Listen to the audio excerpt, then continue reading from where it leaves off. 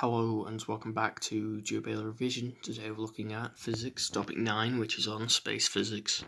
So let's start with our solar system. So it contains one star, which is the Sun. It contains 8 planets and some dwarf planets, and they all orbit the Sun. And moons orbit the planets individually. The asteroid belt is between Mars and Jupiter. And our solar system is a small part of the Milky Way galaxy, which is made up of lots of different solar systems similar to ours and different to them. And then there's lots of galaxies that make up the universe. And there's even like groups of galaxies. So next let's look at the life cycle of a star.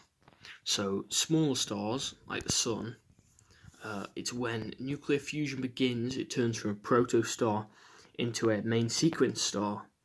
And fusion is turning hydrogen into helium, and that's how it powers itself. So when it begins to be able to power itself, it can become a main sequence star. However, the main sequence ends when the hydrogen nuclei runs out. This makes sense because it can't power itself anymore in that way. When the star's core collapses, it swells out, cools down, and turns red. And this happens because of the lack of hydrogen nuclei. And when this happens, it becomes a red giant because of these processes, because it turns red. That's why it's called a red giant. And it's swelled out, so it's big, it's giant. And at this stage, helium and other light elements fuse to create heavier elements, and these go up to the complexity of iron, but no further.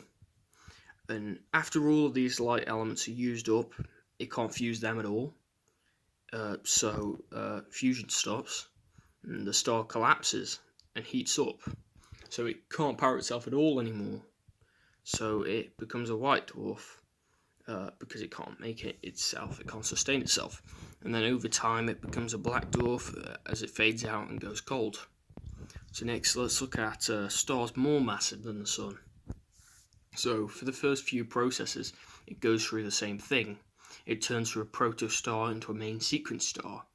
However, the main difference is when the star's core collapses, it swells out more than it does with a smaller star, because if you think about it, it's greater. It swells out more to form a red supergiant instead, and these red supergiant stars collapse to form a supernova, which is a giant explosion that spreads elements around the universe.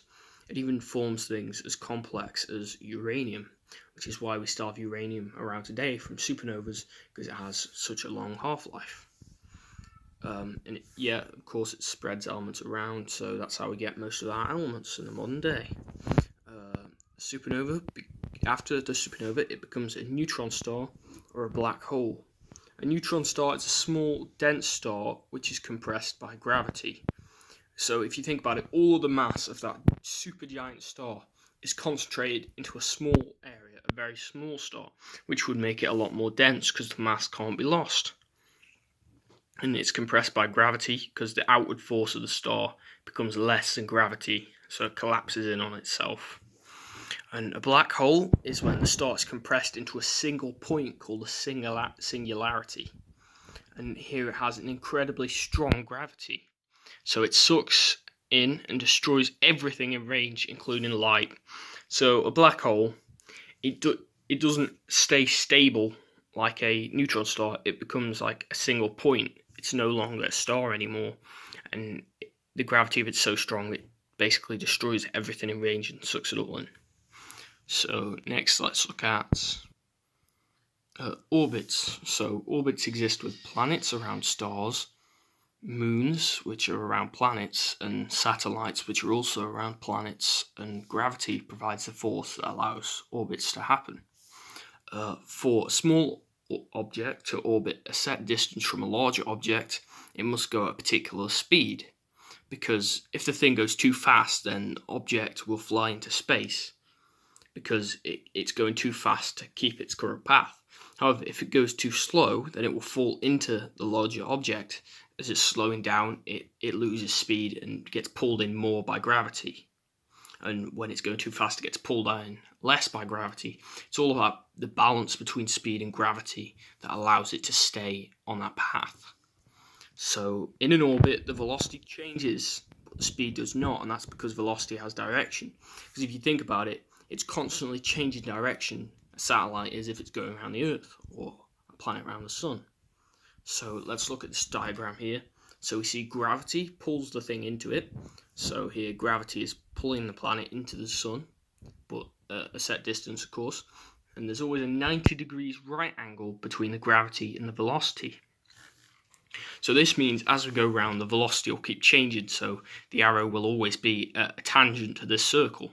It'll always be in a straight line. So it'll always spin around like that. And that never changes, and if it does, it causes bad things to happen, such as that crashing into that or that going into space. So next, let's look at the redshift. So if a star or galaxy has a redshift, it is moving away. And this is because waves have a longer wavelength. So this means if we see something going further away, it's going to have a longer wavelength because it is increasing in distance, meaning the waves have to travel further. And the bigger the shift is in terms of the colour, the faster the distance it's travelling. So we can determine that as well using it. And if a star or galaxy has a blue shift, it's moving towards us. So these are like two opposite things, because if you think about the spectrum of light, one of them's on one side and one of them's on the other. That's a good way to remember it. So yeah, most of the stars, most of the galaxies are moving away from us, and that makes us think that the universe is expanding, which provides evidence for the Big Bang Theory.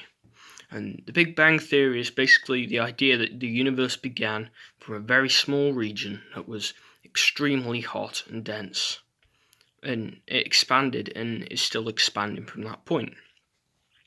And cosmic microwave background radiation is thought to have been created just after the Big Bang, and it was high-level gamma energy.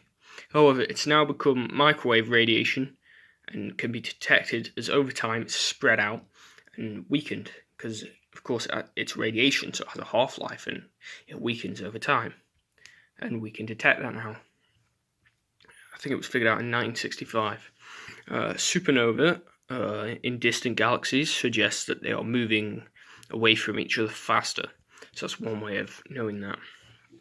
So now let's look at the end.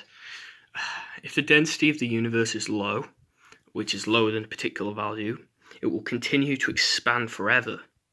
And in this process, the stars will die out one by one eventually, leading to the death of everything else in something called a big yawn. However, there's a different theory to this, which is what will happen if the density of the universe is high, which is higher than a particular value. The universe at some point will stop expanding and go in reverse. When it reverses, everything will collide together in a process called the Big Crunch, which is basically the opposite of the Big Bang. If we think of the Big Bang as everything coming from one point and spreading out and being produced, the Big Crunch is basically everything going back to that one point, going back to the start and crushing together, crunching. So that was Joe Bayley Revision, Space Physics. Thank you and goodbye.